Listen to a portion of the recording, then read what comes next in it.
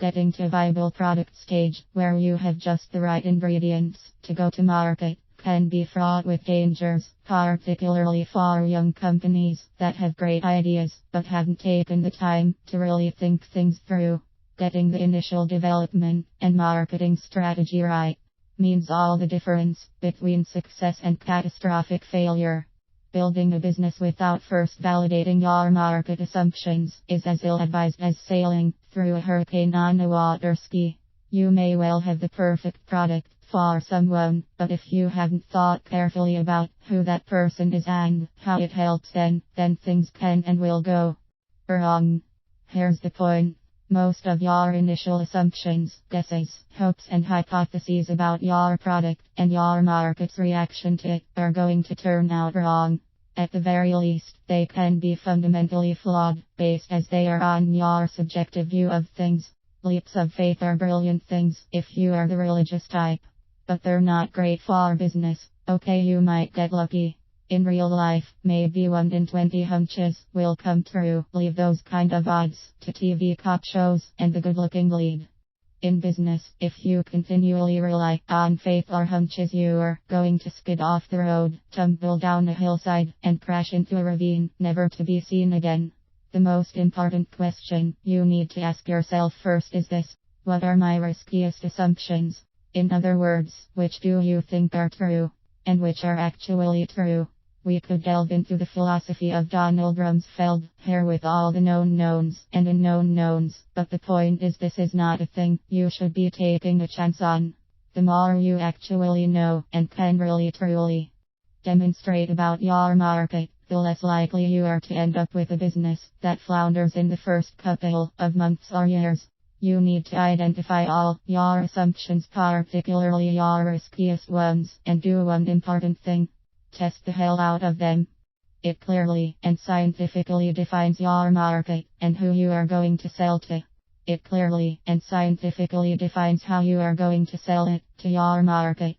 It's clear and scientific. See, it's no longer an assumption because you have tested it, probed it, cut it open, and had a good rummage around inside. You know how the market is going to react when you inject it with X, Y, and Z, and you know that it is either going to succeed or fail. Undoubtedly, this is a painful process, not least because that damn good idea you had after a quart of bourbon and Chinese takeaway is suddenly going to turn to bunkum. This is where you have to show a little inner steel, a touch of ruthlessness. You want this business to work right. The key to great assumption busting. You need to develop a strategy that will get you to where you want to go, based on an iterative process that is as flexible as it is methodical. You don't want to be spending hours sifting data and scratching your head trying to figure out what it all means. There's a wonderful phrase, and that's, keep it simple, stupid. By identifying and quickly and inexpensively testing assumptions, especially the riskiest, you will be able to exchange your original plan for a much more viable plan B or C or G. Not only will this cut out most of the things that won't and probably never will work, it presents your business with a significantly higher chance of success. Sounds easy, doesn't it? The holy grail is what is known as the product/market fit.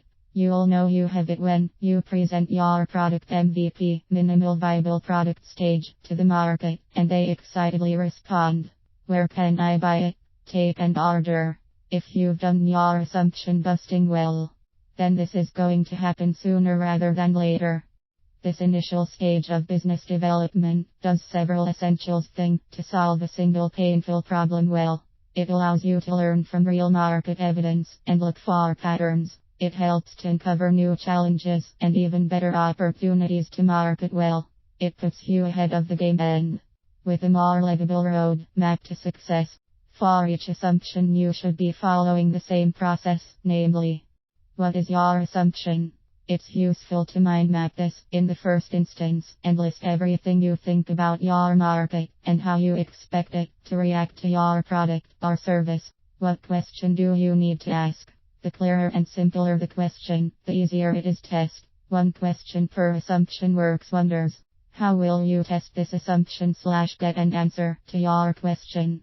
There are various ways to carry out market research, Pick the one that has a better chance of producing an accurate result and not just the one you want to see.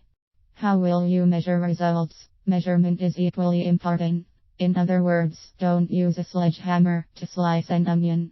Get the right tool and the right page for the job. What is your pass/fail metric? Set your pass rate suitably high.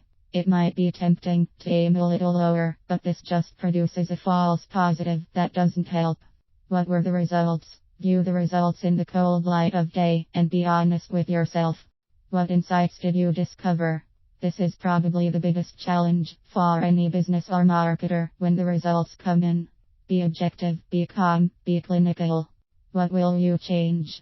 If some or all of your assumptions turn out to be wrong, and many of them will, you can change your market approach and give yourself an odds-on chance for success.